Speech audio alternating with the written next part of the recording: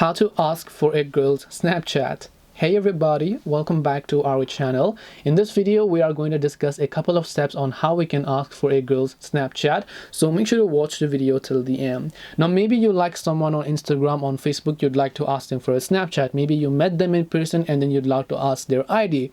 Now all you have to do is, in the case of this, simply tell the truth. You cannot just say, hey, can I have your Snapchat ID, and they're going to give it to you. You need to make an effort in order to get their Snapchat ID. Now some of them might give you, they might not really mind it, but some of them are a little bit conservative. What I'd like you to do is simply tell the truth. Just saying, hey, I'd like to get to know you better, could I have your Snap? That is not creepy at all, especially in a day and age when social media is such a large part of our lives. I also personally think that going up to a stranger and asking might be perceived as creepy, but if you've been chatting for a while, I think it's totally fine as well. So hope this video helped you guys. If you have got any questions, feel free to leave them down below.